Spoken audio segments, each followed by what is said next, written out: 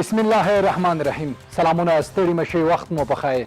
نن چهارشنبه د روان لمریز کال د غبرګول یا جوزا څلورمه او د 2022 کال د می 25مه نیټه ده. تاسو د ژوندون د شپږو بجو خبري ټولګه ګورئ.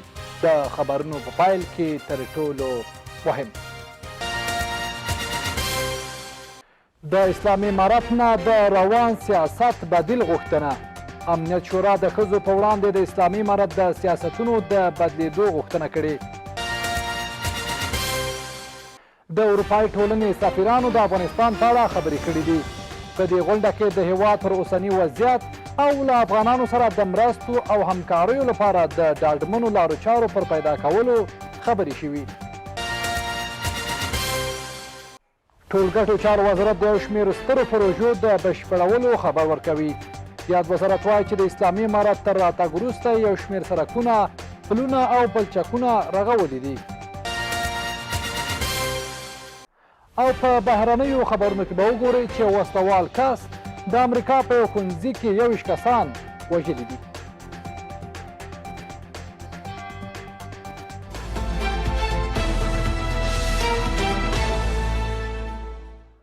بیا هم ښه راغلاست. اوس هم بشپړ خبرونه. زه حکمت الله هوتک یم.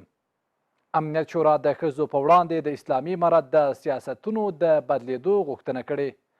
د ملګرو ملتونو امنیت شورا د رایو په اکثریت د یوې بیانیې په تصویبولو سره له اسلامي امارت وغوښتل چې په افغانستان کې د بشري حقونو او افغان میرمنو په وړاندې محدود کوونکي سیاستونه ډېر ژر بدل کړي.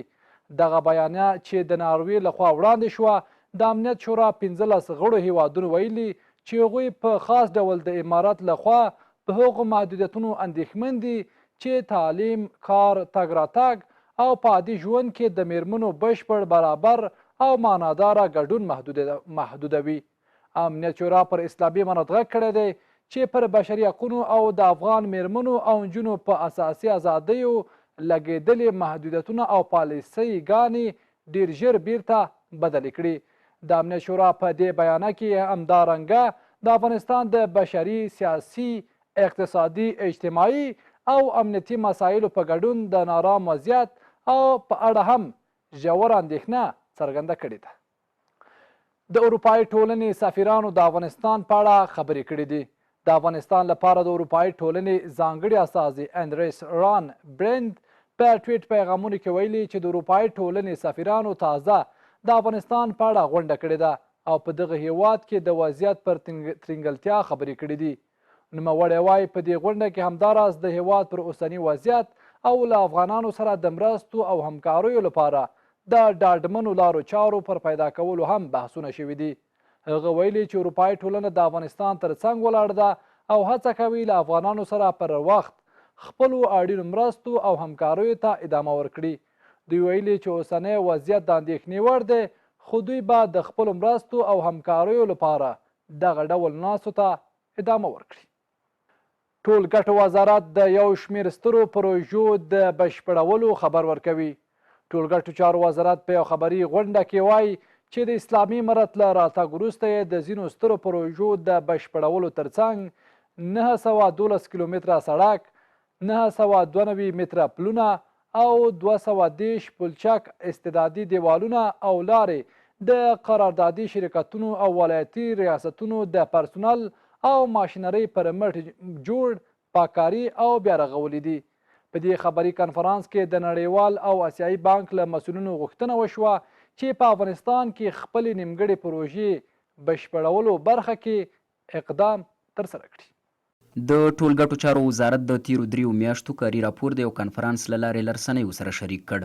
دغه وزارت د قراردادي شرکتونو او ولایتي ریاستونو د کاري پرسونل پر مټ په ټول هیواد کې د 2.8 میلیونه افغانیو په ارزښت 912 کیلومتره سړکونه، 992 متره پلونه، 213 پای پلچکونه او همدارنګه استنادي دیوالونه رغولي او دغه راځي د 42 میلیونه افغانیو په ارزښت د یو شمېر شرکتونو سره په ژمي کې له سړکونو د واورې پاکولو پروژو قراردادونه لاسلیک او پلي کړي دي. او پر دې سربیره زموږ د ټولګټو وزارت رهبري توانېدلې ده چې د قراردادي شرکتونو او د ولایتي ریاستونو د شته ماشینرۍ او د مسلکي پرسونل په مټ باندې په ټول هیواد کې 912 کیلومتره سړک او 992 کیلومتره 992 عدد پلونه او 210 پای پلچکونه، همدارنګه استنادي دیوالونه او معبرونه ترمیم او بیا یې ورغوي. په اخري 3 میاشتو کې چې موږ د تیر کال اخرنۍ 3 میاشتې موږ د 2 میلیونه افغانیو په ارزښت باندې په مجموع کې پروژې قرارداد کړی و او د 2 میلیونه افغانیو په ارزښت مو د ژمي د واورو د پاککارۍ قرارداد کړی و. د یاد وزارت مرستیال وایي په راتلونکي پلان کې نوې پروژې نه لري او د تیر کال نه بشپړې پروژې به بشپړې کړي. په نوي پلان کې داسې پلان نه لرو چې یو نوی پلان جوړ کړی وي یا یو نوي پروژې په نظر کې نیولي وي. یا د همدې وجې نه چې حق اولویت هم دغه نیمهکاره پروژو ته ورکړی، چون په هغو کې اندازه خواري شوې ده، که هغه تکمیل نه شي نو هغه کړې خواري هم عبث کېږي، هغه هم برهم ځي. نو په دې خاطر موږ حق اولویت هم دغه نیمهکاره پروژو ته ورکړی. د دغه وزارت مسؤلین همداراز وایي هغه بانکونه چې د افغانستان پروژې مخته وړي ډاډ ورکوي چې بې له کومې ستونزې خپلې چارې مخته بوځي تر څو په ښه توګه پروژې پلي شي. د موږ جدي غوښتنه د هغه 3 بانکونو نه چې پراختیایي بانک دی، آسیایي بانک دی یا اسلامي بانک دی، دغه ده چې دوی خپلې کړې ژمنې هغه عملي کړه، په خپلو ژمنو باندې وفا وکړه او خپلې شروع کړې پروژې هغه تمویل کړه. ځکه دوی ته چې په مخ کې پراته خنډونه وو، 2 مهم خنډونه وو چې یو فساد و چې هر کال به دوی څېړنه وکړه افغانستان به د فساد په 2م یا 3م قطار کې راتلو. الحمدلله هغه مسله اوس 0 ده. د فساد مسله په افغانستان کې په موجوده نظام کې 0 ده. نو لهذا دوی باید په خلاص مټ راشي، په ښه اخلاص راشي، هغه نیمکاره پروژې دوی باید تکمیل کړي. دویمه ننګونه یا دویم خنډ چې دوی مخې ته پروت و هغه بدني وه چې په هر کلي کې بېل بېل حکومت جوړ و، دوی دپاره مشکلات جوړېدل. هغه مشکل هم نن الحمدلله بالکل 0 ته رسېدلی، امنیت 100% کې تأمین. د ټولګټو چارو وزارت پر داسې مهال د خپل تیر او راتلونکي پروژو په اړه خبرې کوي چې تر دې مهال د نړیوال بانک او یو شمېر نورو سازمانونو پروژې د اسلامي امارت په راتګ سره په ټپه درېدلې دي. اجمل مومند، ژوندون نړیوال ټلویزیون، کابل. ننګرهار کې د ترافیکي پیښې له امله 7 کسانو ته مرګ ژوبله اوښتې. سیمه ییز مسؤلین وایي چې په ننګرهار ولایت کې د یو موټر د لوېدو له امله یوه ښځه وژل شوې او 6 کسان نور ټپیان شوي دي. دغه ترافیکي پیښه د دغه ولایت په حصارک ولسوالۍ کې رامنځته شوې ده. د سیمه ییزو مسؤلینو په خبره د دغې پیښې زیات قربانیان د یوې کورنۍ ماشومان دي او په خبره یې د درملنې لپاره روغتونونو ته انتقال شوي دي. میرمنو او نجونو ته د حقونو ورکړې غوښتنه. د هیواد پخواني جمهور رئیس حامد کرزي د ملګرو ملتونو له ځانګړي استازي د برلاین سره په افغانستان کې د بین الافغاني مذاکراتو پر اړتیا خبرې کړې دي. په دې لیدنه کې دواړو لورو د افغانستان پر روان وضعیت، ښځو ته د کاري حقونو پر ورکړې او د ټولو نجونو پر مخ د ښوونځیو پر پرانیستل کېدو بحثونه شوي دي. یونما ویلي په دې کتنه کې د میرمنو او نجونو پر حقونو، د رسنیو پر ازادۍ او د افغانانو ترمنځ د رښتینې ملي سولې لپاره د پراخو سیاسي خبرو اترو د پروسې پر اهمیت بحثونه شوي. کرزی او د برلاینز داسې مهال د نجونو پر مخ د ښوونځیو پر پرانیستل کېدو او میرمنو ته د کاري حقونو د ورکړې په تړاو خبرې کوي چې د اسلامي امارت حکومت د 9 میاشتو په تېرېدو سره لا هم میرمنې دندو ته نه دي غوښتي او تر 6م ټولګي د پورته نجونو پر مخ د ښوونځیو دروازې لا هم بندې دي. ملګري ملتونه وایي شاوخوا 65 سلنه شرکتونو خپل کارکوونکي له دندو ګوښه کړي. د کډوالو نړیوال ادارې په یو راپور کې ویلي دا چې په افغانستان کې اقتصادي وضعیت خراب شو نو ډیری فابریکې اړ شوې څو خپل کارکوونکي لرې کړي. شنونکي د فابریکو او شرکتونو خراب اقتصادي وضعیت د سیاسي مسایلو پورې تړلی بولي. کارپوهان وایي چې د یادو ستونزو د حل لپاره باید دولت او نړیوال مؤسسات لوی شرکتونه او فابریکو ته د همکارۍ لاس ورکړي. د ملګرو ملتونو د کډوالو نړیوالې ادارې په یوه راپور کې ویلي چې په افغانستان کې اقتصادي وضعیت خراب شوی نو ډېرې فابریکې اړ شوي څو خپل کارکوونکي لرې کړي چې د مسئلې ګاونډیو هیوادونو ته د کډوالو بهیر چټک کړ. دغه اداره وایي نږدې 15 سلنه شرکتونو او فابریکو خپل کارکوونکي له دندې ګوښه کړي دي چې دا د افغانستان اقتصادي وضعیت ته یوه بله ضربه ګڼل کیږي. د چارو شنونکي بیا د فابریکو او شرکتونو خراب اقتصادي وضعیت د سیاسي مسایلو او بندیزونو سره تړلی بولي. بنیاد مشکلات اقتصادی در افغانستان مسئله سیاسی است. تا زمانی که مسائل سیاسی در افغانستان حل نشود، تا زمانی که مشکل مشروعیت بین المللی امارت اسلامی حل نشود، تا زمانی که افغانستان در انزوای بین المللی قرار داشته باشد، مشکلات اقتصادی قطعا حل نخواهد شد و حتی بدتر از وضعیت فعلی ممکن است شود. ما امیدوار هستیم که امارت اسلامی افغانستان به این وضعیت نابسامان رسیدگی نماید و کارپوهان وایي چې د یادو ستونزو د حل لپاره باید دولت او نړیوال مؤسسات لویو شرکتونو او فابریکو ته د همکارۍ لاس ورکړي.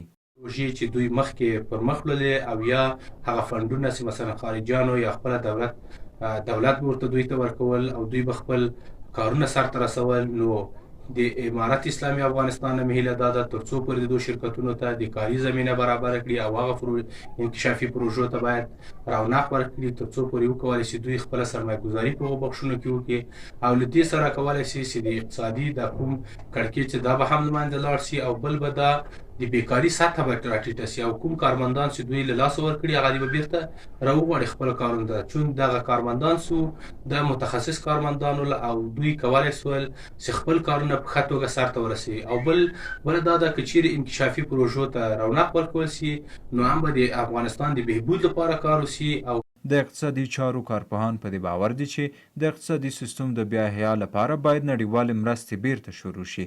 له دې وړاندې د نړۍ وسترو اقتصادي هیوادونو هم د افغانستان د اقتصادي سیستم د پاشل کېدو خبره کړې وه. ملي دفاع وزارت پلاوي حیرتان بندر کې له ازبکستاني پلاوي سره کتلي دي.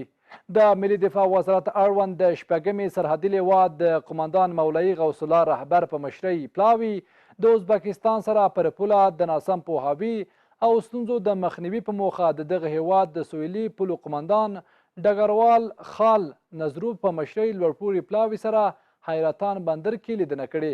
په دغه لیدنه کې دواړو لوریو د دغه دوو هیوادونو ترمنځ پر پوله د ناسم پوهاوي او سرحدي ستونزو لرې کولو په تړاو د لا همغږۍ پر لرلو ټینګار کړی دی. اسلامي نظام داسې پلي کوو چې د خلکو د رغبت سبب شي. د امر بالمعروف او نهي عن المنکر سرپرست وزیر شیخ محمد خالد حنیفي د ترکیې له سفیر جهاد ارګنیا سره په لیدنه کې ویلي زموږ موخه د یوې سالمې ټولنې جوړول دي او غواړو اسلامي نظام داسې پلی کړو چې د خلکو د رغبت سبب شي نه د نفرت. جهادي زیاته کړي چې ستاسې په داخلي چارو کې هیڅوک هم مداخله نشي کولی. په افغاني ټولنه کې له سلګونه کلونو راهیسې حجاب شته او نړۍ باید د حجاب له حکم ناسم منظور وانخلي. کابل کې 15 تنه د 2 سټینګر توغندیو د خرڅلاو په تور نیول شوي دي. د کورنیو چارو په وزارت کې د درنو جرمونو او له فساد سره د مبارزې د څانګې مشر مولوي محمد مامور حنیفي په خپله ټویټر پاڼه کې په خپاره کړي پیغام کې ویلي چې دا کسان د کابل د خاک جبار ولسوالۍ اوسیدونکي دي. نوموړي لیکلي 2 برټانیایي سټینګر توغندي مو کشف کړل. د خلکو مرسته د دې عملیاتو د بریا اصلي سبب ده. د یادولو وړ ده چې سټینګر د الوتکو د نسکرولو لپاره یوه اغیزناکه وسله ده. له ټولو خبري او تخنیکي همکارانو څخه په مننې د ژوندون د نن ورځې خبرې ټولګه هم دلته پای ته رسیږي. تر بیا مو پورې رسپارم. ښې چارې.